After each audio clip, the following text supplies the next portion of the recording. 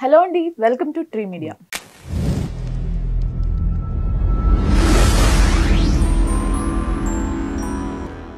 విజ్ఞాన్ గారు నమస్తే. నమస్తే. రాజ్ తరుణ్కి సంబంధించి బెయిల్ అనేది నిన్న మంజూరు అవ్వటం జరిగింది. అయితే ఈ కేసు వాదించిన మధు శర్మ గారు మనకి కాల్ లైన్లో అందుబాటులో ఉన్నారు. ఆయన కూడా ఈ కేసు డీటెయిల్స్కి సంబంధించి మరిన్ని వివరాలు తెలియజేయడానికి రెడీగా ఉన్నారు. నేను ఆయనకి ఒకసారి కాల్ చేసి కనెక్ట్ చేస్తాను. ఉచిత హెలో ట్యూన్స్ పొందడానికి స్టార్ మరియు 9 నొక్కండి. ఇంకా ఇన్స్టాల్ చేయండి wink music app.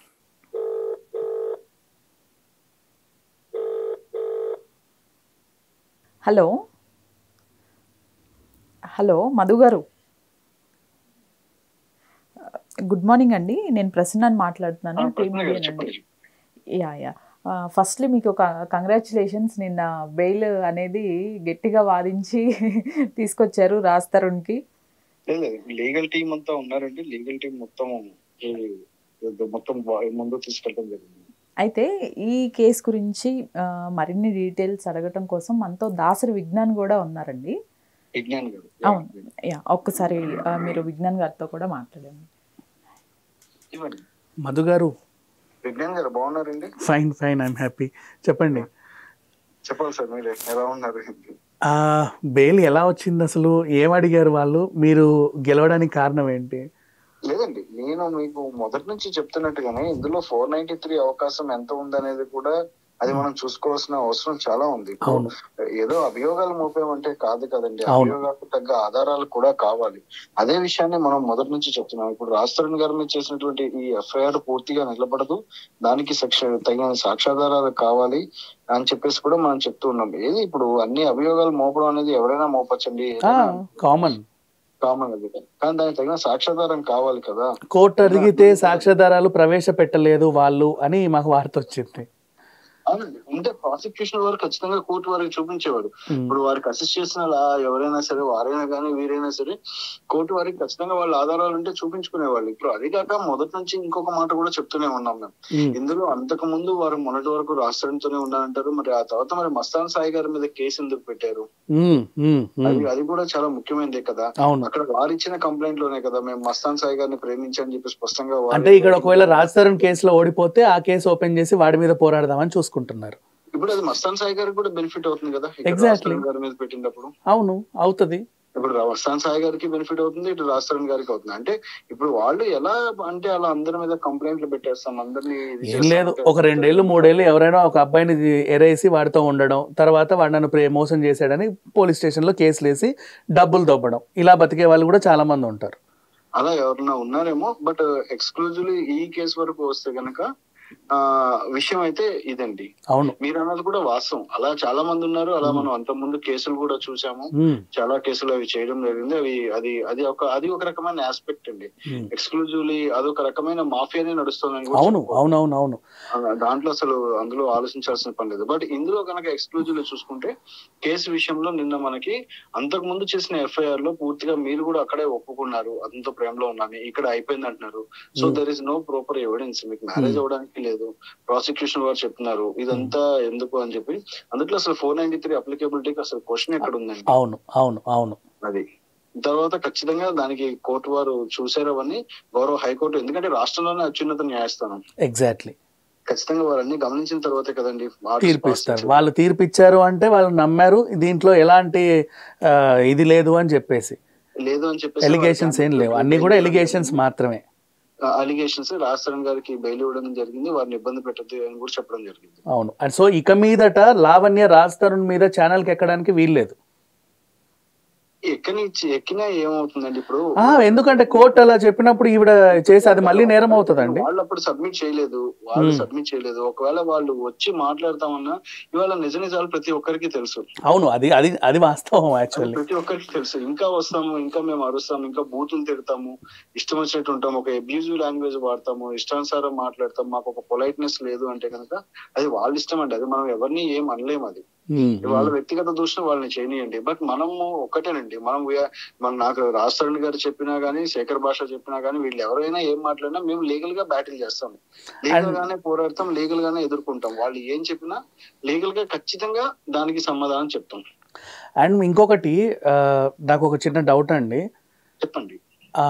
Mental condition బాగా లేకుండా ఏ అమ్మాయి అయినా రోడ్ ఎక్కి ఎవరు పడితే వాళ్ళ మీద వీడు నా మొగుడు వీడు నాకు కావాలి అంటే చెల్లుద్దా?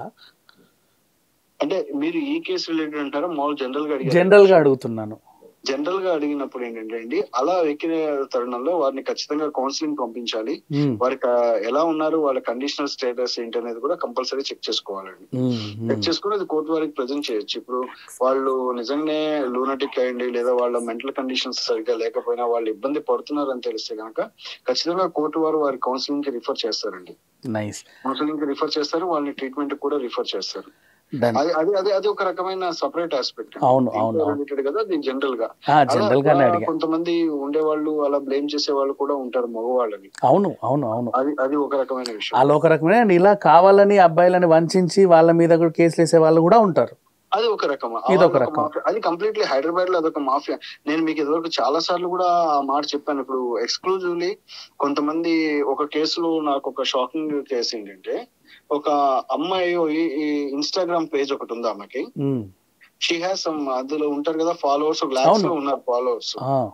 లాక్స్ లో ఫాలోవర్స్ ఉంటే ఆ అమ్మాయి ఎక్స్క్లూజివ్ చేసే వర్క్ ఏం తెలుసా? ఆవిడ ఒక మాదాపూర్ సైడ్ ఎక్కడ ఒక ప్రైవేట్ వాళ్ళ ఒక అపార్ట్మెంట్ లో ఒక రూమ్ లో 6 పిల్లలు చాట్ చేస్తూ ఉంటారు ఈ అమ్మాయి అకౌంట్ నుంచి, లాగిన్ నుంచి. ఏదో ఎక్స్క్లూజివ్ 6-7 మంది మెయింటైన్ చేస్తుంది టీమ్ ని. ఎవరైనా మంచిగా హైఫై గా కొంచెం above middle class, upper middle class target అండి వాళ్ళకి.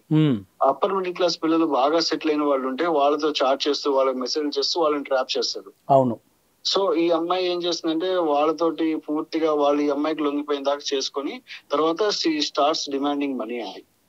ట్రూ, చాలా మంది ఇలాగే ఉన్నారు. అలా ఉన్నారండి. అలా మనకు ఒక కేసులో వాళ్ళు తగిలితే మనం అసలు ఒక ప్రైవేట్ డిటెక్టివ్ ని ఎంగేజ్ చేసి మనం ఫైండ్ అవుట్ చేసి చూస్తే తర్వాత మాకు ఎంత షాకింగ్ ఇష్యూస్ తెలిసాయో అసలు. మీడియా ఎంటర్ అయితే ఏమంటారు తెలుసా వాళ్ళు? లేదండి నేను ప్రేమించాను నాకు వాడు కావాలి అంటారు. అలా చెప్తారండి. అంటే ఇవాళ నేను అనేది అదేనండి. అంటే ఇవాళ నిజంగా ఒక సెట్ ఆఫ్ మీడియా కూడా నిజాలు తెలుసుకోకుండా వార్తలు వేయకూడదండి.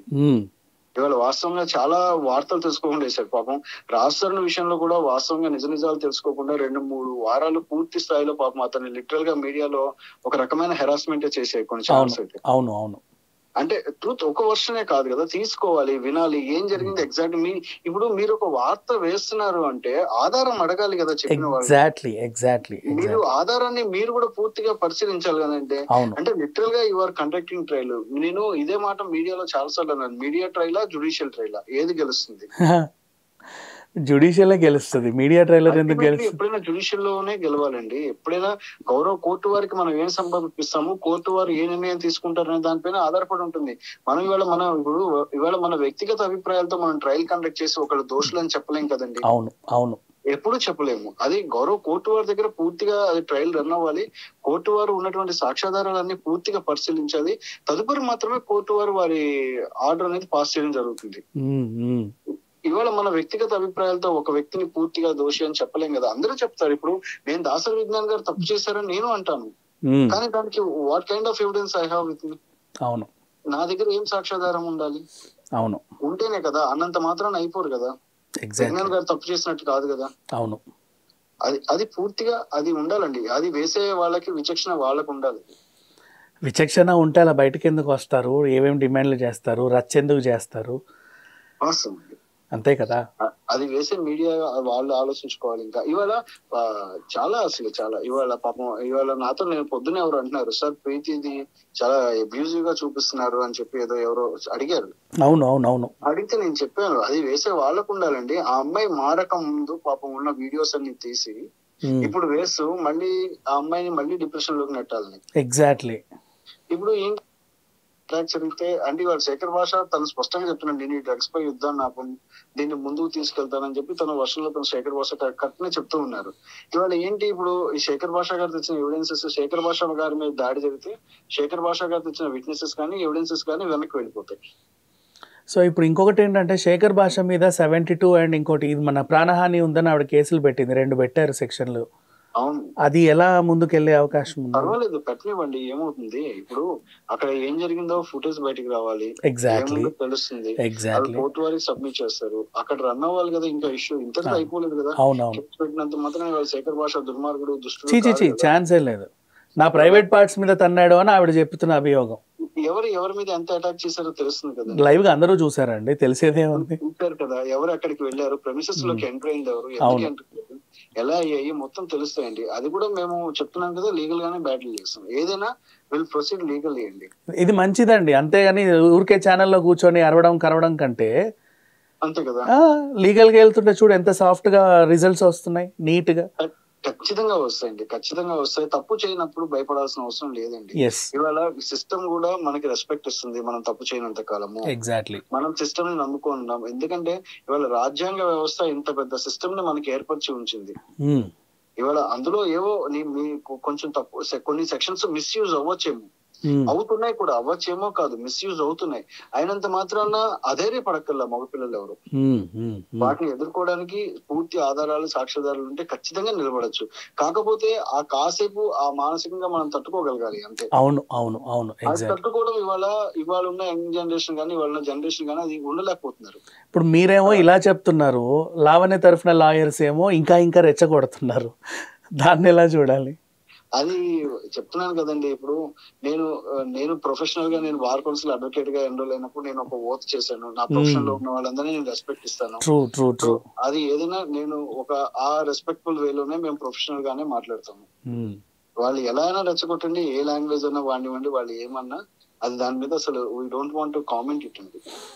ఎందుకంటే మాకు వార్ కౌన్సిల్ అనేది ఒక మేము ఎలా బిహేవ్ చేయాలని సర్టెన్ మీకంటూ కొన్ని లాస్ ఉంటాయి. అవును, లేట్ డౌన్ చేశారు. మా బిహేవియర్ ఎలా ఉండాలి, మేము ఎలా ఉండాలి. ఇట్స్ నోబెల్ ప్రొఫెషన్ అండి అడ్వకేట్. ఎగ్జాక్ట్లీ, మా ప్రొఫెషన్ లో ఎలా ఉండాలని మాకంటూ కొన్ని రూల్స్ అండ్ రెగ్యులేషన్స్ ఉన్నాయి. అవి అతిక్రమించి కానీ వాటిని దాటి కానీ అన్నట్టు మేము మాట్లాడు. నైస్. ఎనీవే, థ్యాంక్ యూ అండి, thank you so much. So ఇది మనకి లాయర్ గారి రెస్పాన్స్. సో ఫర్దర్గా ఈ కేసు ముందుకైతే రాజ్ తరుణ్కి పాజిటివ్గా వెళ్ళే ఛాన్సెస్ ఎక్కువ ఉన్నాయంటారు.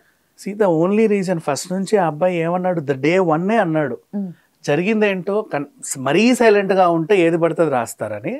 ఒకేసారి 10 మైకులు వచ్చాయి కదా అని నిజంగా స్టార్టింగ్లో నాకు హెల్ప్ చేసిందండనే చెప్పాడు. ఆమె గురించి ఎక్కడా చెడ్డగా చెప్పలా రాస్తారు, నాకు హెల్ప్ చేసిందండి. తర్వాత ఎందుకో బిహేవియర్లో మా ఇద్దరికి కొన్ని గొడవలు అయ్యాయి. ఆ తర్వాత ఆమె ఇలా డ్రగ్స్కి అడిక్ట్ అయింది. తర్వాత అరిచేది కరిచేది ఇంకేవేవో చేసేది. నేను దానికి చిరాకు పడి కొంచెం దూరంగా ఉన్నాను. అలానే ఆమెను గెంటేయలేదు, ఎందుకంటే ఒకప్పుడు నన్ను చూసుకుంది కాబట్టి ఇప్పుడు ఆమె బాధ్యత నాది అనుకున్నాను నేను. ఆవిడ కింద ఉండేది, నేను పైన ఉన్నాను. కింద ఇంకొకరిని తెచ్చుకొని ఆవిడ ఉంటుంది. తర్వాత ఆయన మీద కూడా కేసు వేసింది. ఆయన వెళ్ళిపోయిన తర్వాత ఇప్పుడు నా మీద పడింది. ఇలా అని చెప్పుకొచ్చాడు. అదంతా మనకు క్రిస్టల్ కనబడుతూనే ఉంది ప్రతి డే. ఫస్ట్ డే 1 తెలియకపోయినా తర్వాత తెలిసిందిగా. డే 1 ఇది విన్న తర్వాత, ఆమె వెర్షన్ విన్న తర్వాత రెచ్చిపోయిన మహిళా సంఘాలు కూడా ఇప్పుడు చీతు అంటున్నారుగా రావణి మొహం మీద. ఇది జరిగింది. అండ్ ద డే 1 ఆయన ఏం చెప్పాడు, ఒకటే మాట, ఇంతవరకే నేను చెబుతున్నాను, ఇక మీదట నేను మళ్ళీ ఇంకేం చెప్పను మీకు, నేను ఏదున్నా లీగల్గా పోరాడతాను, లీగల్గా మళ్ళీ గెలిచిన రోజు మీరే అర్థం చేసుకోండి ఏం జరిగిందని వాళ్ళకు వదిలేసాడు. అప్పటి నుంచి వాళ్ళు కూడా సరే రాష్ట్రం రాకపోయినప్పటికీ ఏం జరుగుతుందో ఈవిడైతే లైమ్ లైట్లో ఉంది కదా అని చెప్పి ఈవిడ ద్వారా అన్నీ తెలుసుకున్నారు. కానీ ఇప్పుడు తెలుసుకున్న తర్వాత ఏమైంది, రాస్తారని కోర్టు నమ్మింది అంటే ఈవిడ తరఫున ఎంత పెద్ద లాయర్ ఉన్నా ఎవడున్నా కేసు బలంగా ఉండి అవతల వైపు న్యాయం ఉందంటే న్యాయమే గెలుస్తుందని మళ్ళీ రుజువైంది. ఇది జరిగింది. Already thank you.